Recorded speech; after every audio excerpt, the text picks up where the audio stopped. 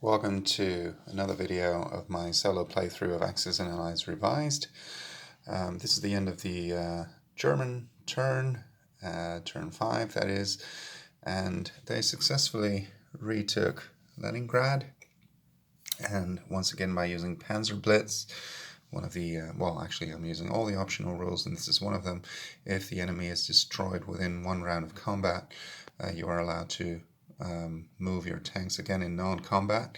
That does mean they have to obviously retreat to a territory that was already friendly. You cannot use it in another combat move, but this does of course preserve the tanks, and I think that Eastern Europe is a yet more important territory than Leningrad to protect for the Germans, and all things considered, it was a pretty good turn for them. They also attacked the factory in Russia, and since there is no anti-aircraft gun there, they actually managed to roll a 6. So that was a hard blow for the Russians, and they still had quite a lot of IPC. It will likely be a little bit less this turn, but they still had 40 IPCs, and they bought 2 tanks and 10 infantry, and they placed 10 infantry in southern Europe.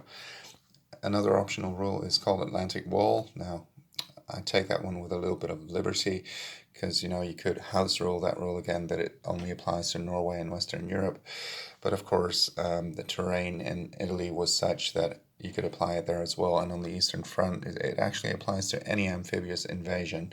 So were it to happen, for instance, in Ukraine or in the Balkans, then I just tend to look at it as, fortresses or fortress cities or fortified lines or whatever. But they just apply to any amphibious invasion. And what happens is, with that optional rule, that infantry defend on a 3 on the first cycle of combat in any amphibious assault. So with 6 infantry here in southern Europe, it's actually pretty well protected. The 4 here, of course, are a bit less strong. So France is definitely still in danger. But all things considered, the Germans had a pretty good turn. So let's see what's going to happen on the UK turn.